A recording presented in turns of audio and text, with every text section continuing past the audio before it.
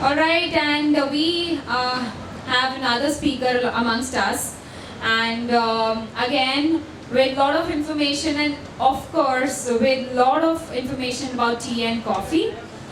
He is chairman of the Engineering and Manufacturing Committee of the Tea Research Association, and also a member of its managing council since 2007.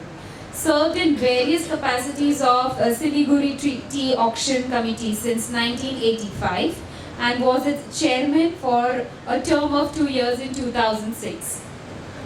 Was a board member of the Tea Board of India in 2008. Actively involved in family business and have managed vertical growth of Sungachi, am I spelling it right? Sungachi, and New Glencio, and since CTC turnover growth 60x with while industry grew 12x. Started the customer pack division in 1986. Actively involved in Gopaldhara and Rohini, where we manufactured a large spectrum of teas including white tea, green tea, handicrafted teas, oolong teas and normal Darjeeling teas. Planted 127 acres of clonal teas in 6,000 feet ACL from 1986 onwards. Have full knowledge in all aspects of the industries including tea tasting and marketing. So he is none other than Mr. Shiv K. Saria. Let's welcome him on this dais, and let us all see this wonderful presentation by him as well, with a lot of information, and I hope you all enjoyed this presentation as well. So we welcome him with a big round of applause. Everyone, come on. Thank you so much. Challenges that the tea industry is facing, especially the growth that we see in India, all-round growth, and the way human capital is being attracted all over the country. The challenges posed by migration of workforce from the tea gardens to cities and other forms of employment. So this is just a view of the Kanchanjangas which we are entitled to every day from where we work. This is a plantation in Darjeeling, Gopaldhara tea estate. This was planted by us. Most of the plantation in Darjeeling has been done by the British. Can you go back, please? This particular patch, out of 127 acres, is situated at 6,500 feet above sea level, where temperatures are very harsh and yields are about 20% of what you get in the plains. The gestation period in this area would be around 16 to 18 years for any tea plant to be put up, and then it comes to commercial yield, it may take up to 16 years, 16 years. Next. Now I'm just comparing two tea estates, Gopaldhara.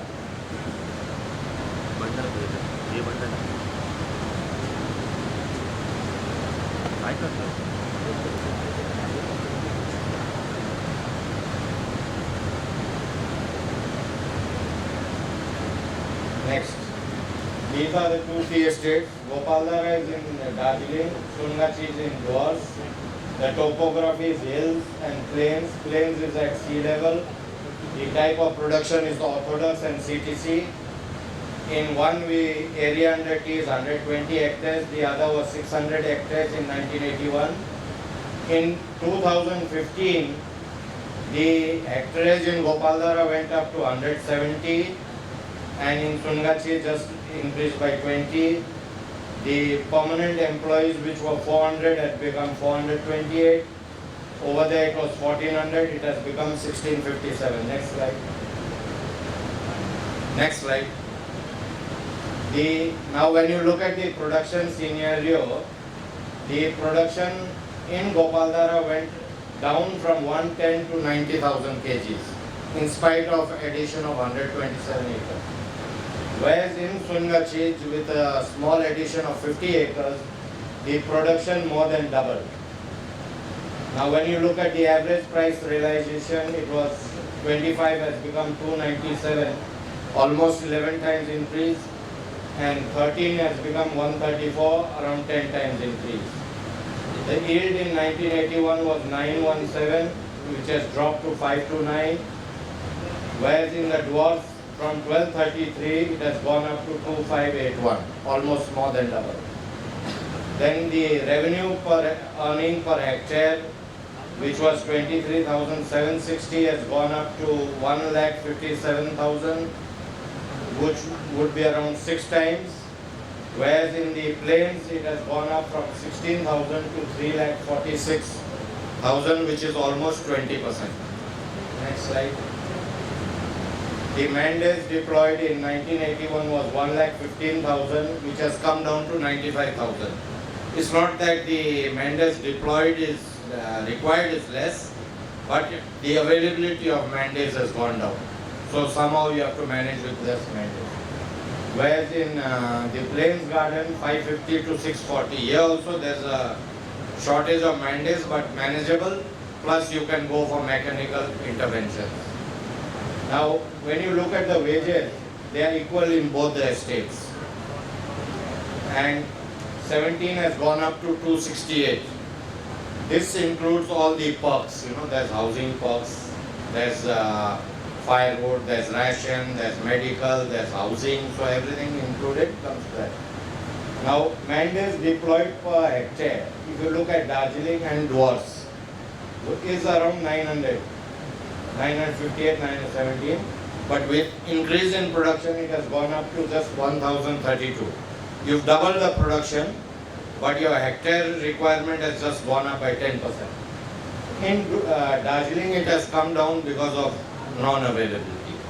But if available, then the requirement of mandates is same. That means the cost, 60, 65 to 70% of cost of production in a tea industry is wage cost.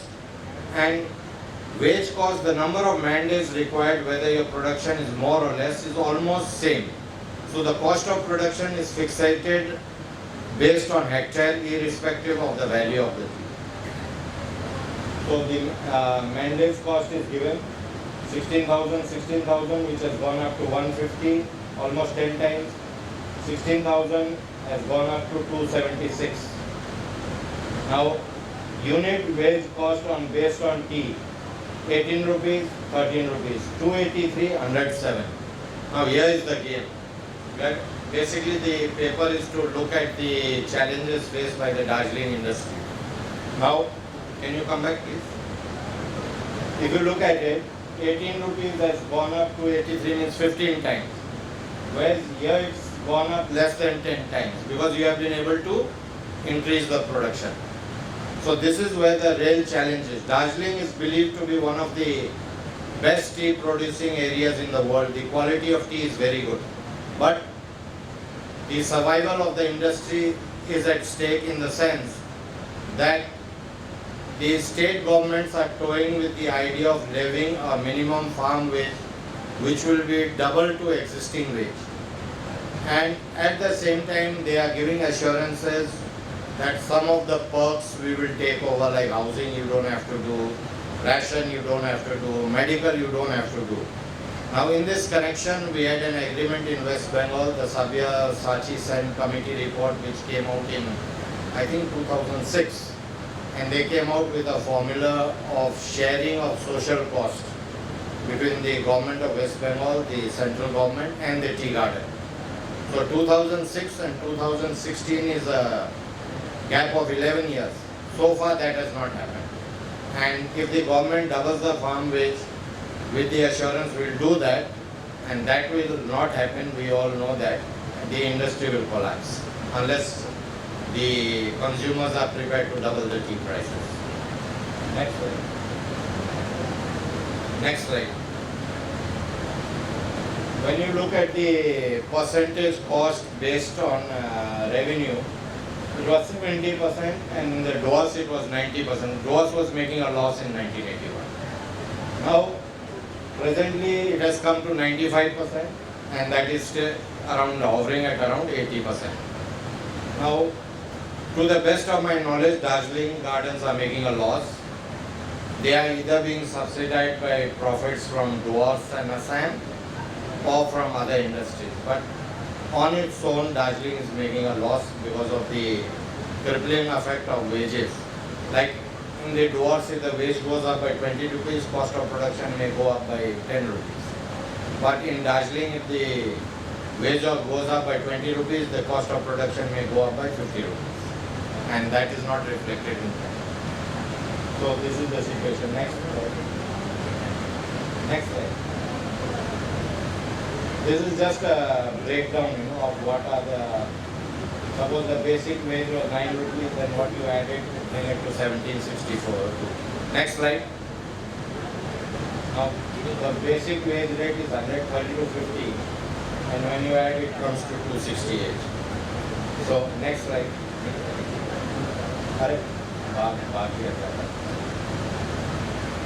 Back. But next. Back.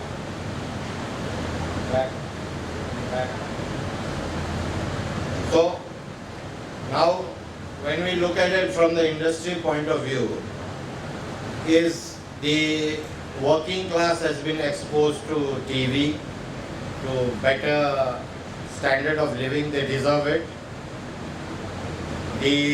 Their aspirations are many. Now where will these aspirations come from?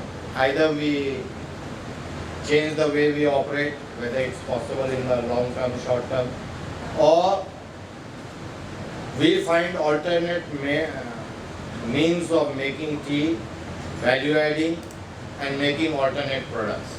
These could be some of the challenges. Next slide. अरे थोड़ा concentrate करिए ना, आप इधर उधर बात कर रहे हैं. Back. One more slide. Yeah. One more slide. Okay, come to the next one.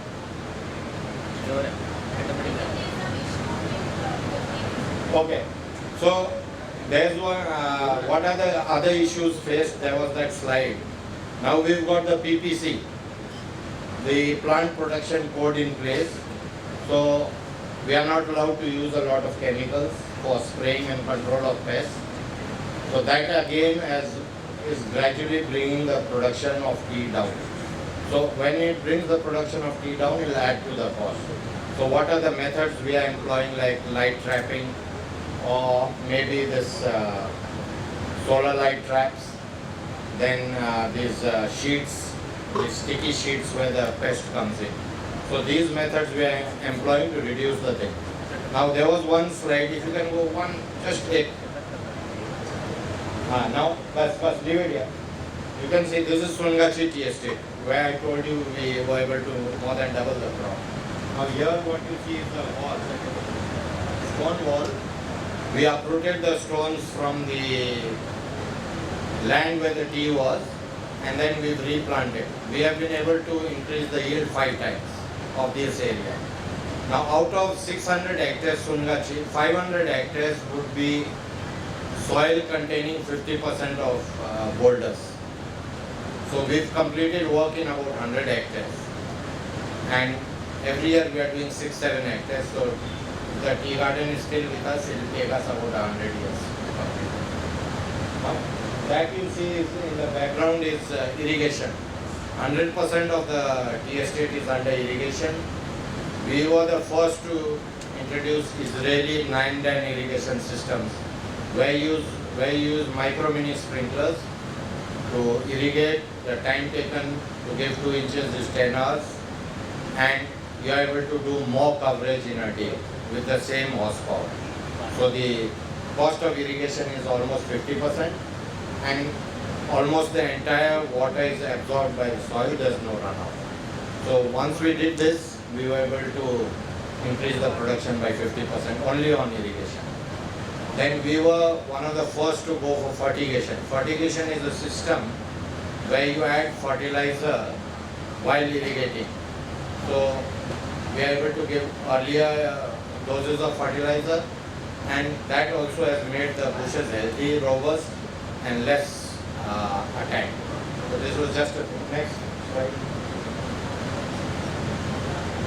What you see here is Rohini. We call it section JT Gopi.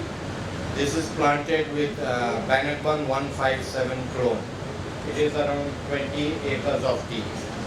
Now, this is a new tea that we have introduced. We call it Jeti Kupi. And the Bannockburn 157 is a clone, which is a very early flusher. Matlab, you can harvest tea around the end of January. We've been doing it for the last 3-4 years. And the particular quality we make from this bush, we call it Jeti Kupi. In Nepali, Jeti means the eldest daughter. And Kupi means a cone shape, like a flower bouquet she gave, cone, Kupi. In Manipuri, it means jasmine flower. So this grade, we call it Jeti Kupi in the sense that it is the earliest tea production worldwide every new year. And this tea is well sought after. In fact, next slide. These are the pluckers plucking the leaf. Next slide. This is the Chinese, these rollers, Taiwan rollers, very small batches. There's no heat generation in rolling. The time taken for rolling or shaping is hardly 5 minutes. And then it goes immediately for drying to give you a tea filled with flowery aroma, light in cup, about maybe 7 to 8 to 10, 12% of oxidation. It's almost like a cousin of the green tea. Next. बहुत आगे बाकी है. पीछे करो. हाँ. So yeah, this is the shape of the leaf before it goes to the drying. Next.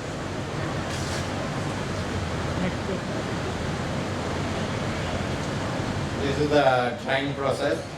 Next. You can see. Back. Next slide, please. Next. Up there. That round dryer you saw, that's the panner. Yeah, this is the panning machine. We imported this from Taiwan.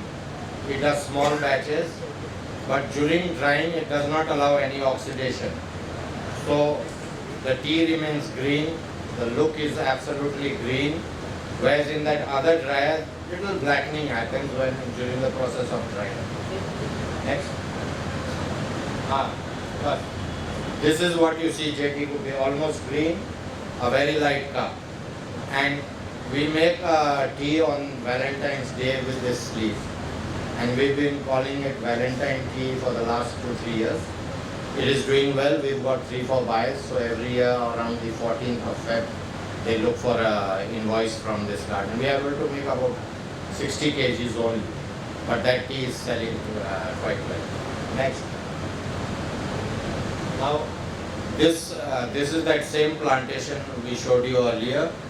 This is back. We make all our oolongs from here. There's a quality which is known as Red Thunder. It has been rated as one of the best teas in the world. Then we make our Maharaja, Maharani blends from here. Enigma. This is around 5,500 to around 6,500, 7,000 feet elevation.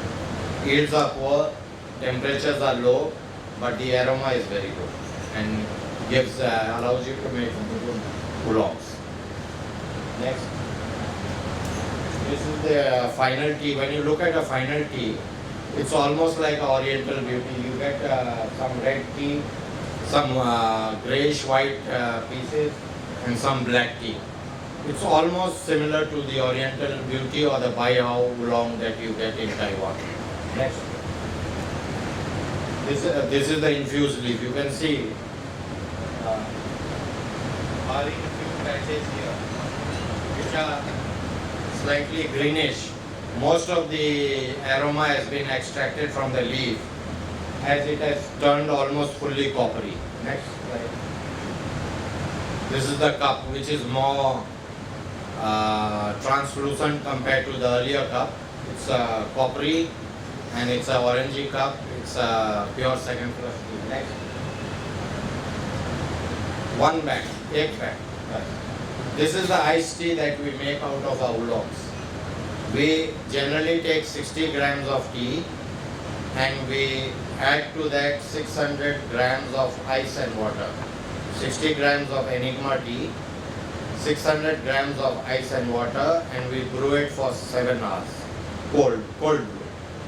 Whatever extract we get, it comes to around half a liter, 500 grams, and we keep it in the Coca-Cola bottle in the fridge.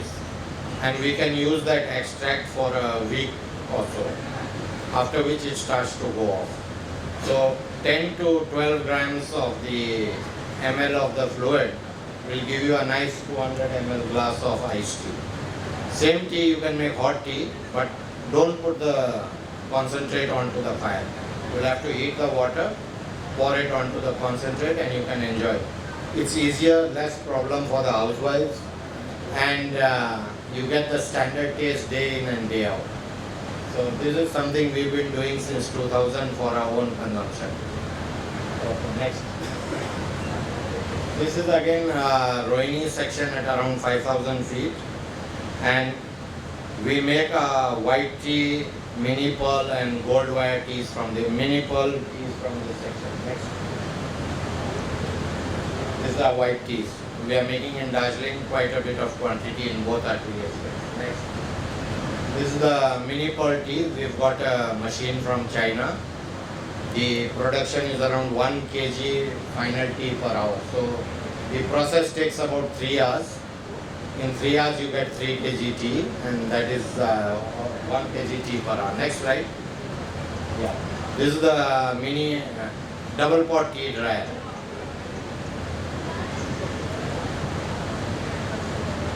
Double pot tea dryer, and a lot of units are available, not very difficult, but you need to have one leaf and a bud.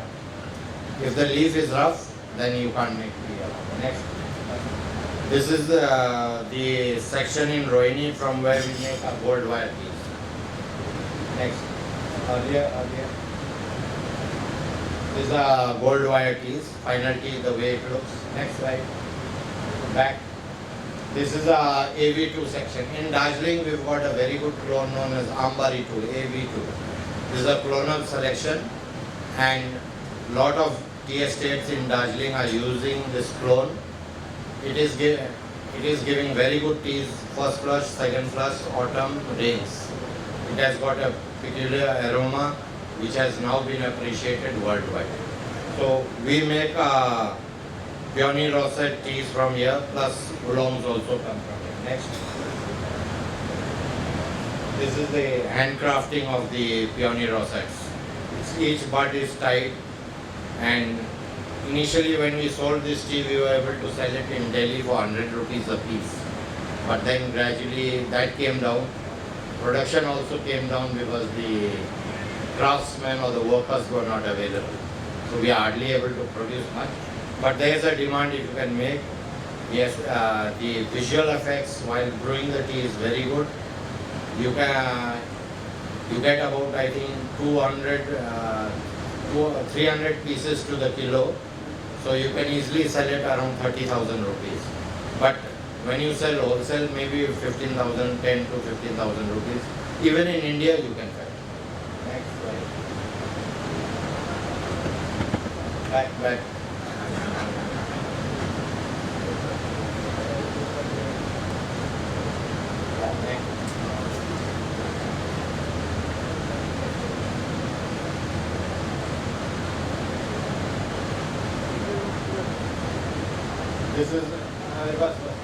This is the mini pearl tea. This is also handcrafted, and you can make green pearl and black pearl, both popular.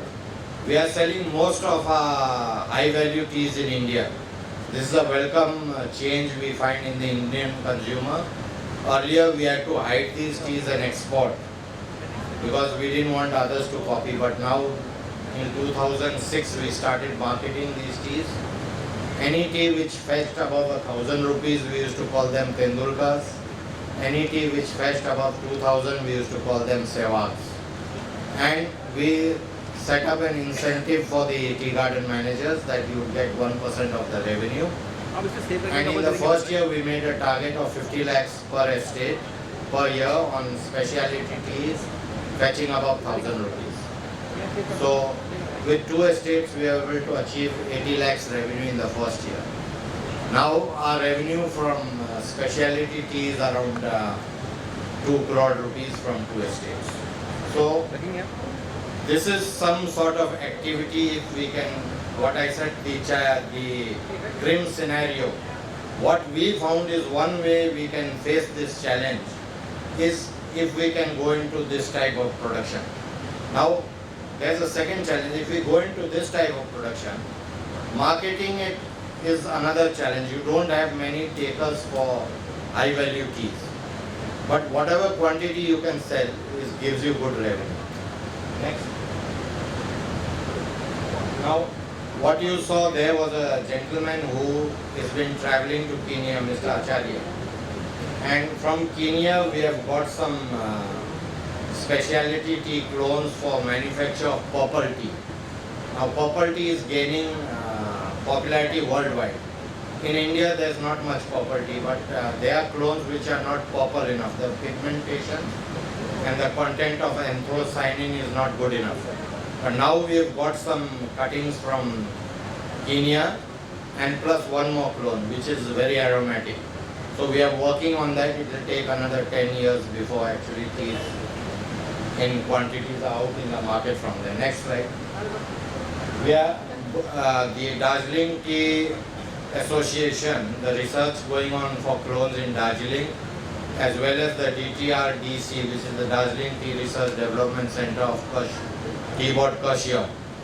We have given them land.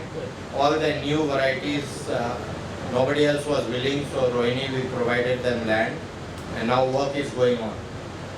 What our initial observation is 6-7 very good clones will come out from there. Obviously, we'll be the first to encash that. This is the plants we got from Kenya. We've got 10 acres of Japanese clone, Yabukita and Fujimadori, which gives excellent green tea. Next.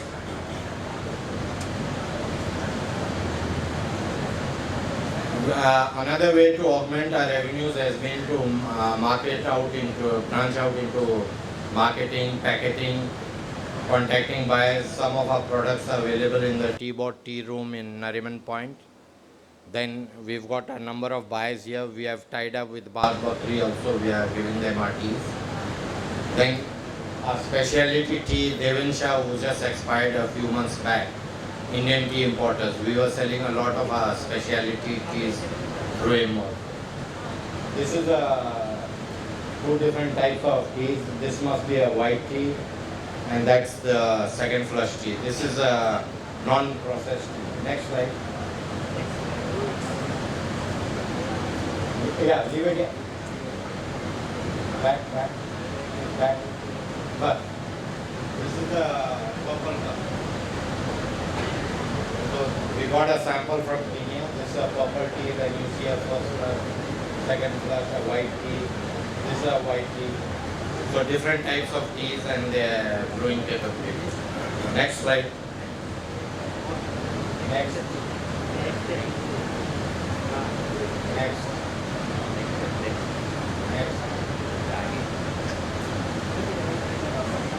That's Kate William enjoying a cup of tea in Kaziranga. So this, I went to China. We are looking around for machinery for production of different types of tea. If you saw that vacuum packed pouch which contains about 4 grams, we are trying to make that tea and put green tea in it. And hopefully we'll have the pharmacists and doctors offering green tea to patients who are ill. So that's our next line of thought that we have just thought of and we are going to take it. Next. This is a batch from Canada. They had come with the head of the Canada tea, Lee Borje, I can't pronounce. And before that we had T2 people from Australia. They had come to learn tea. T2 is now acquired by Levers. Unilevers. Next. This is Wagh Bakri Chairman, Mr. P.O. Desai. and this is Devensha, he expired recently. We started off a specialty tea journey with Devensha actually. We started making for him, and then when our volumes grew, we started marketing in India. So this is the gamut of activities we feel that if every tea company takes up, then maybe you can manage the losses. Plus the aspirations of the workers are still very high. You'll have to pay them much more, otherwise they are migrating to different areas of the country. So if you want the tea industry in India, think of paying more prices. This auction system will never allow you to get a fair price for your produce. It's transparent, that's all. Now the competition in the auctions is how I can buy cheaper, how I can bring down my cost, how I can. But you are killing the industry. You will kill the industry. Soon you will be importing most of your teas. I am not authorized to say this. Maybe I hope tea board is not around. But this auction system, especially the electronic, it's going to kill this industry. Thank you. Next slide. I've bought some specialty teas, but there is no display. I would have loved to liquor them. But anyone wants to see them, I'll show them. I've got some for them. Hope everybody enjoyed the presentation, and I would also want him to please come up here on stage because Mrs. Preeti Kabadia would want to felicitate him with a bouquet and a wonderful gift and a little cute little trophy. So can we have a big round of applause for Mr. Saria? A wonderful presentation wherein you get knowledge about various places and how tea and coffee faces challenges in different areas of their growth in Darjeeling. Thank you.